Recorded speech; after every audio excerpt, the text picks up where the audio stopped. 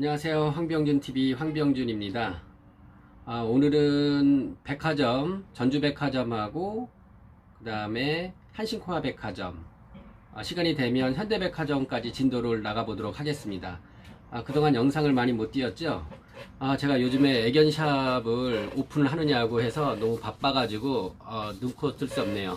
그러니까 이렇게 보시면 이 도면까지도 이렇게 나왔어요. 그러니까 주변의 지인들은 애견샵 하나 차리는데 무슨 디자인을 써가지고 설계 도면을 하고 그 다음에 무슨 CI 작업을 하고 BI 작업을 하고 그런 걸 하느냐, 그냥 대충 오픈해가지고 손님들 많이 끌어 모아가지고 하면 되는 거 아니냐, 이렇게 말씀들을 많이 하시는데, 또 누구는 무슨 디자인비가 설계비가 그렇게 비싸냐, 눈탱이 맞는 거 아니냐, 막 이런 얘기를 많이 하더라고요.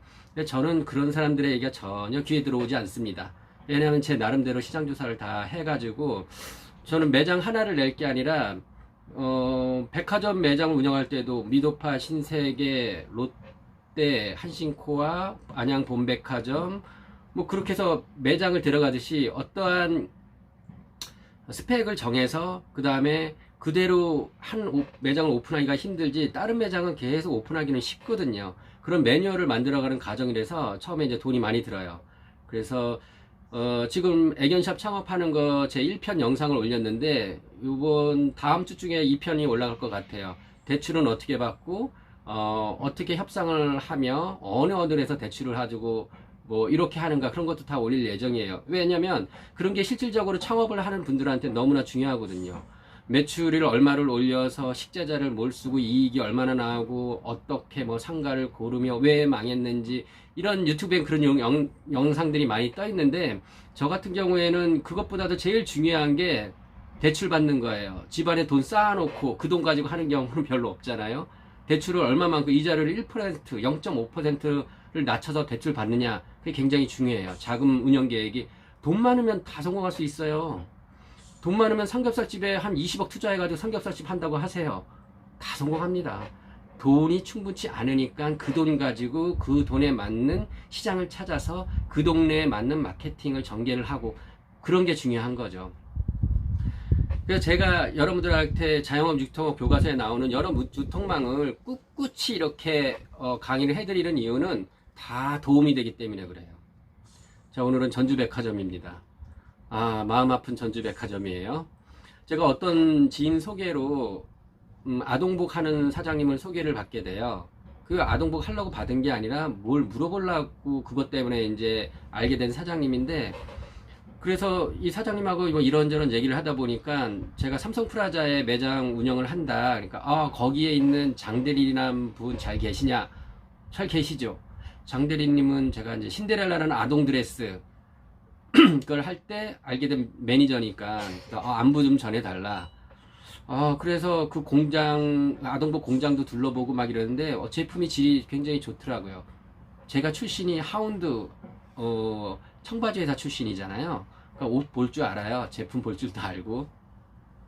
그래서 장대리님을 휴게실에서 이렇게 만났죠. 삼성프라자 지금 분당에 있는 현재는 애경백화점으로 바뀌어 있죠. 그러니까 장대리님 혹시 바람개비 사장님 아세요? 사장님 바람개비 사장님 어떻게 아세요? 그러니까 아니, 어떻게 지인이 소개시켜서 뭐 때문에 만나 뵀는데 안부 전해달라고 얘기해서 말씀드리는 거예요. 그러니까 그분 아동복 굉장히 잘 됐었는데 이러시더라고요. 근데 왜 그렇게 됐죠? 그러니까 너무나 잘 돼가지고 확장을 많이 했대요. 그랬다가 IMF 때 망했다고 그러더라고요. 그래서 삼성프라자에서 아동복 할 때 굉장히 매출이 좋았다는 말씀을 하시더라고요. 그래서 제가 그러면 그 사장님 아직도 바람개비라는 브랜드로 조금 하고 있는데 제가 티셔츠를 하고 아동복을 여기 삼성프라자에서 해도 되냐, 행사 때. 그러니까 좋다고 얘기하더라고요. 제품 괜찮은지 아니까. 그러더니 에스컬레이터 옆에 매대 2개를 마련해 주더라고요. 저는 그때 그게 저희 알바생하고 그 제품을 티셔츠 하나에 5,000원씩 팔았거든요. 짐은 없어지는 줄 알았어요. 포장할 필요도 없어요. 그냥 쌓아놓으면 고객들이 와서 막 둘치는 거야. 싸니까 이거 주세요, 이거 주세요 하는데, 한 번 훅 나면 또 이게 개어놓고 개놓고 막 이러면 또 훅구라고, 뭐 이거 주세요, 사이즈 뭐 주세요 하는데 알바생하고 둘이 하루에 200만 원씩을 팔았어요. 지문이 없어지는 줄 알았어요. 너무 막 옷을 많이 만져가지고. 그러던 중에 이 장 대리님이 역시 제품이 좋으니까 잘 팔린다. 그래서 이 전주백화점에 자기 아는 매니저가 삼성 프라자에서 매출 좋은 아동복 브랜드를 행사를 한번 해보고 싶다. 그 하길래 거기에 자기가 이제 같이 매니저하고 아는 사이니까 저보러 갈 생각이 있냐 이렇게 얘기하더라고요. 저는 오케이죠. 매장이 늘어나면 매출이 늘어나고 매출이 늘어나면 이익이 늘어나는 거죠. 그래서 간다고 얘기했죠. 부푼 꿈을 안고 매대 20대 분량의 물건을 가지고 이제 간 거죠. 가서 행사장이 실내에 있는 게 아니라 실외에 있더라고요. 그러니까 백화점 정문 앞으로 쫙 해서 그냥 천막 같은 거 치고 뭐하고 해서 이제 행사를 하는 거죠. 한 10여 개 브랜드가 한 5개에서 10개 브랜드가 참여한 걸로 기억을 하는데, 다른 업체들은 다 제품 하나하나 일일이 포장을 다 해가지고 이렇게 쌓아놓고 이렇게 했더라고요. 그래서 저는 제 경험은 미친 듯이 산더미처럼 쌓아서 팔아잡긴 그 경험이 있었기 때문에 뭐 저렇게 하나, 어차피 고객들이 다 뜯어서 버리고 갈 봉지를 왜 저렇게 돈 들여가면서 하지? 이런 생각을 했었어요. 그리고 나서 이제 매대 20자 분량이면 물건값이 꽤 됩니다. 알바생 이제 몇 명 거기다 뽑아놓고 현지인으로 뽑아놓고 자 열심히 화이팅! 하고 저는 서울로 올라왔어요. 며칠이 지난 다음에 다급한 전화가 온 거예요. 사장님 큰일 났어요. 갑자기 태풍이 몰려와가지고 옷이 많이 날아가고 난리가 났다는 거예요. 그래서 내려가 봤죠. 천막은 다 찢기고 날아가고 저는 진짜 뭐 폭탄 맞은 것처럼, 하여튼 매대 20자 분량의 물량 중에 산더미처럼 쌓아놨을 거 아니에요. 3분의 1이 바람에 날아가 버렸어요. 그리고 나머지는 또 비 맞고. 근데 저는 포장을 안 했잖아요. 그래서 어떤 사장님이 저한테 해서 황 사장 피해 많이 받겠네. 그래서 이런 외부 행사다 하면 포장을 다 해야 되는 거다. 포장을 해야지 나중에 이제 먼지가 묻어도 포장 다시 해서 딴 데 가서 팔 수 있는데, 황 사장처럼 이렇게 막 이렇게 쌓아놓고 이렇게 팔다가는 비가 오거나 먼지가 막 그러면 딴 데서 팔지를 못한다. 그럼 버려야 되는 거밖에 안 된다. 그게 다 경험이죠. 굉장히 비싼 돈 주고 그걸 경험을 한 거죠. 근데 저는 행사는 이제 그렇게 해서 난리가 났으니까 더 하고 싶은 생각이 없죠. 물건을 빼고 그런 다음에 깨끗하게 남아있는 제품을 분류를 하고, 그리고 성남에 있는 한신코아 백화점의 이제 이 제품, 그 남은 제품이 있을 거 아니에요. 삼성 프라자에서는 이제 더 이상 못 팔고, 그 다음에 전주 백화점에서는 이제 행사 퇴점했으니까 나머지 깨끗하게 남은 제품, 그냥 제가 빨아서 한 제품은 그냥 그 아파트 앞에서 그냥 그렇게 팔고, 그 다음에 이제 깨끗한 제품을 가지고 이제 한신코아 백화점에 어떤 매니저를 소개를 받아서 갔어요. 갔더니 그 매니저는 뭐 어떻게 파실 겁니까? 네, 3장에 10,000원 팔겠습니다. 그러더니 수수료는 저한테 묻더라고요. 그래서 20%면 괜찮을 것 같습니다. 그렇게 하시죠 이러더라고요. 백화점은 거의 30% 수수료인데 여기는 백화점이 아니라 그랬죠. 마트 수준이니까 한신코아 뭐 유코아 이런 데는. 그래가지고 이제 장사를 거기서 그렇게 하는데, 저는 거기다 베테랑 알바생을 투입을 했어요. 옷을 잘 파는 어떤. 근데 일주일 뒤에 그 매니저한테 연락이 온 거예요. 알바생이 돈을 훔쳤다고. 부랴부랴 가봤죠. 그래서 이제 알바생한테 물어서 정말 돈을 훔쳤냐. 그러니까 그게 아니고 사람들이 막 물건을 사고 결제를 그러면 저 포스트에 가서 하고 오면 다른 사람들도 기다리고 막 이래서 그냥 거기서 물건 주고 한꺼번에 결제하려고 돈을 갖다가 그냥 호주머니에 모아놨었는데, 마침 그때 매니저가 와서 주머니를 꺼내봐라 그래가지고 거기에 몇십만 원이 들어있던 게 이제 걸린 거죠. 그래서 이제 자기는 도둑으로 오인을 받고 그런 상황이라고 그러면서 막 울면서 그러더라고요. 전 절대 도둑놈이 아니고 훔친 게 아니라고. 그래서 일단은 휴게실에서 쉬라고 얘기한 다음에 매니저를 만났죠. 처음엔 사과를 했죠. 죄송합니다 매니저님, 제가 교육을 잘못 시켜서 이런 일이 벌어졌네요. 그러더니 저한테 막 화를 내면서 손님이 뻔히 보는 앞에서 돈을 호주머니에 넣는 게 그게 말이나 되냐고, 당장 자르고 다른 알바를 투입하라고 막 그러더라고요. 그래서 저는 얘기를 했죠. 근데 매니저님 약간의 오해가 있는 것 같습니다. 그 친구는 제가 오래 봐와서 아는데 절대 돈을 훔칠 친구가 아니라고. 그러니까 내가 눈으로 똑똑히 봤는데 무슨 소리를 하는 거냐고 딱 그래서. 그러면 매니저 상황을 한번 생각해 보세요. 훔치려면 손님들이 안 보는 데서 그냥 호주머니에다 넣지. 그럼 손님이 보는 앞에서 거기다 넣었겠냐고요. 그리고 그거를 한꺼번에 몰려서 계산을 하려고 그렇게 했다고 얘기를 하는데 그 사람 친구 말도 들어주고 상황을 생각해 보셔야죠. 정황성으로 볼 때 의심은 가지만 그 친구가 그 돈을 갖고 만약에 백화점 문을 나섰다. 그러면 도둑이 되죠. 근데 나서지 않았잖아요. 정황상. 그리고 호주머니에 있었다는 거 그 하나만으로 도둑으로 몰 수는 없는 거죠. 그래서 저한테 황 사장 딱 보면 몰라? 지금 장난해? 딱 보면 모르냐고요? 그런 애들 많아요. 경찰 불러서 걔 구속되고 뭐 퇴점 조치 당해봐야 정신 차리겠냐고 저한테 그러더라고요. 그래서 저도 경찰을 불러도 무혐의로 풀려날 거고 저는 퇴점 당해도 상관이 없는데 아무리 알바를 한다 해도 인격에 관한 문제입니다. 매니저님은 심증만 가지고 걔를 도둑으로 몰고 있는 거예요. 그러니까 그럼 사장님 내가 일부러 지금 그런다는 거냐고. 그러니까 아니요, 그런 게 아니라 그런 뜻이 아니라 오해 있을 수 있다 그 말씀을 드리는 거죠. 그러니까 씨발 기분 되게 나쁘네. 당장 퇴점하세요. 저한테 그러더라고요. 그래서 내가 뭐 퇴점 저 퇴점 못할 것도 없어요. 퇴점을 하는데 저도 저희 알바를 그냥 도둑으로 몰고 그러는 데서는 장사하고 싶지 않다고. 오늘은 내가 근무하고 내일 와서 물건을 다 가지고 퇴점하겠다고. 그래서 휴게실에 왔죠. 그리고 알바생이 너는 오늘 이제 퇴근을 하고 쉬고 뭐 내일은 저기 삼성플라자로 출근을 하라고 그렇게 얘기를 했죠. 퇴점하기로 했다고. 그러니까 막 사장님 너무 죄송해요. 저 때문에 뭐 이렇게 됐다. 그냥 일하셔도 되지 않느냐. 그러니까 야, 내가 여기서 영업을 계속하고 너를 자르잖아. 그럼 넌 도둑놈이 되는 거야. 그리고 나는 너가 훔치지 않았다는 걸 알기 때문에 내가 뭐 몇 푼 더 버는 게 중요한 게 아니라 그냥 너 인생에 그리고 내 인생에 오점을 남기고 싶진 않아. 우린 결백하니까. 그래서 우리는 나가는 거야. 근데 사장님 고맙다고 얘기를 하더라고요. 그쵸. 뭐 오너인 제가 사장인 제가 몇 푼 더 벌고 뭐 사정사정해서 다른 알바 투입하고 그거 할 수 있어요. 근데 전 솔직히 말해서 그렇게 돈 벌고 싶지는 않아요.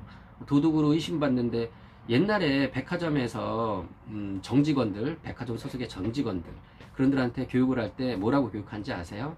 입점한 업체의 직원들이나 알바생들은 그냥 다 도둑으로 보면 된다. 쟤네들은 항상 감시하고 멸시하고 이래야 된다. 이런 식으로 교육을 받았어요. 그거 아니죠.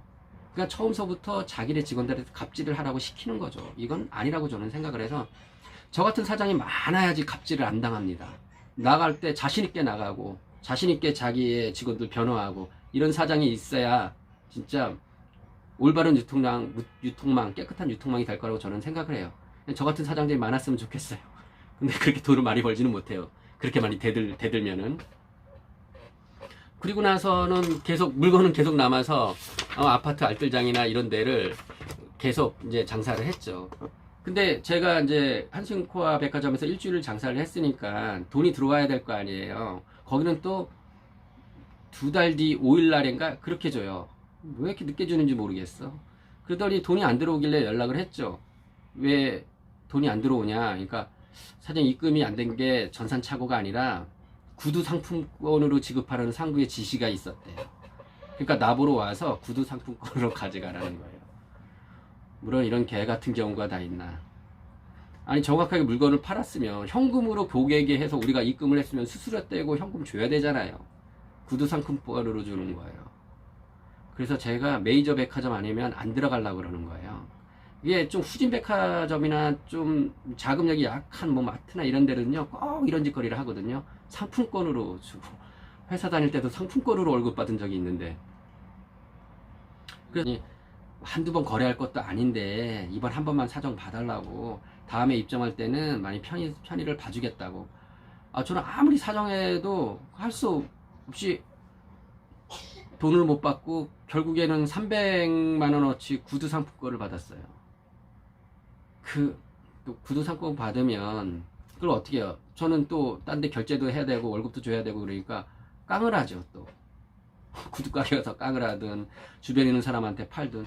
그때 당시에 제주에 있던 사람들 다 구두 다 바꿨어요.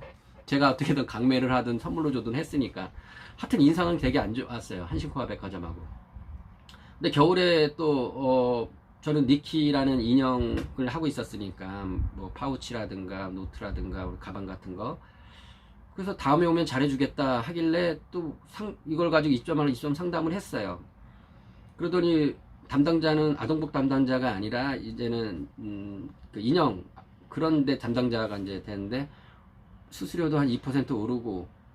그래서 이제 어떻게든지 물건 넣고 뭐하고 인테리어 좀 한 다음에 장사를 시작했어요. 근데 며칠 뒤에 오라 그러더니 바닥공사비를 내라는 거예요. 그러니까 내가 입점하기 전에 공사가 다 돼 있었는데 무슨 바닥공사비를 내라 그러냐 하니까, 아니 계약 내라면 내지 왜 이렇게 말이 많니 해요 저보고는. 너무너무 황당한 거죠. 아니 처음에 내가 입점할 때 그런 계약서에 그런 조항도 없었었고 공사는 이미 다 된 거를 갖다가 백화점이 자기 백화점을 위해서 공사를 한 거를 왜 나한테 부담하라 그러냐고. 그러니까 다른 업체 다 내는데 왜 내라는데, 내라면 내지 왜 그러시냐니까. 나 못 내겠다고. 딱 그렇게 이제 또 따진 거죠. 그러더니 공문이 다 나갔고 막 거기 이제 팀장이, 매니저가 하고 나하고 설전이 벌어지니까 팀장이 저쪽에다 부르더라고요. 그러니까 공문 다 나갔고요. 계약서의 사항은 아니라도 구두로 다 말씀을 드렸었고요. 팀장님이 나한테 얘기한 건 아니잖아요. 내가 그렇게 얘기하니까 전 못 내겠어요. 그러니까 얼마 되지 않으니 부탁 좀 합시다. 그러니까 얼마 안 된 게 아니라 120만이 얼마 안 되냐고. 그렇게 해서 못 내겠다고 딱 그러니까 크리스마스도 얼마 안 남았는데 대충 하고 넘어가시죠 이러는 거예요 저한테. 그래서 내가 크리스마스건 무슨 설날이건 난 상관없다고, 왜 내가 하지도 않은 공사 바닥비를 내가 내야 되냐고. 그러더니 또 인형 담당자가 나를 자기 대리로 택하더니 뭐라는지 아세요? 나 참 언제부터 입점하는 사장이 이렇게 목소리가 커졌나? 예전에는 여기 들어오고 그냥 뒷돈도 내주고 그랬는데 참 세상 많이 좋아졌어요. 그쵸? 이렇게 얘기를 하더라고요. 나 지금 협박하는 거냐고 그랬더니, 그러니까 협박이 아니라 영업하는 요령을 가르쳐 주는 거라고 얘기하더라고요. 그러니까 당신 영업하는 인생이나 배우라고. 난 그 돈 못 주겠다고. 그러니까 나가라 그러더라고요. 저는 크리스마스 대목 보러 들어간 거거든요. 근데 크리스마스가 되기 며칠 전에 나가라는 거예요. 나가겠다고 했어요. 공사비는 난 못 주겠다고. 그리고 철수를 했어요. 결국 퇴점을 당한 거죠. 근데 또 며칠간 장사를 했을 거 아니에요. 그 120만원 떼고 보내더라고요. 그러니까 예전에는, 지금은 백화점이 그러는지 안 그런지는 잘 모르겠어요. 근데 옛날에는 진짜 비일비재했어요 이런 일들이. 특히 뭐 장사가 굉장히 잘 되는 백화점은 뭐 롯데, 현대 뭐 이런 데는 진짜 뭐 장난 아니었고, 그 밑에 있는 백화점도 그걸 고스란히 배워가지고 입점하는 업체한테 그런 짓을 하죠. 그러니까 입점해가지고 장사 잘 된다, 거기서 살아남고 계속 하고 싶다 그러면 뭐 뒷돈을 주든 선물을 주든 뭐 명절 때 찾아뵙던 뭐 이런 일을 해야지 거기서 유지가 됐었던, 참 안 좋은 기억이 많네요. 자, 그럼 영상을 많이 띄우지는 못하지만 열심히 최선을 다해서 띄우고는 있습니다. 다음 시간에는 현대백화점을 진도를 나가겠고요. 좋아요, 구독 꼭 눌러주시고요. 다음 시간에 다시 뵙도록 하겠습니다. 감사합니다.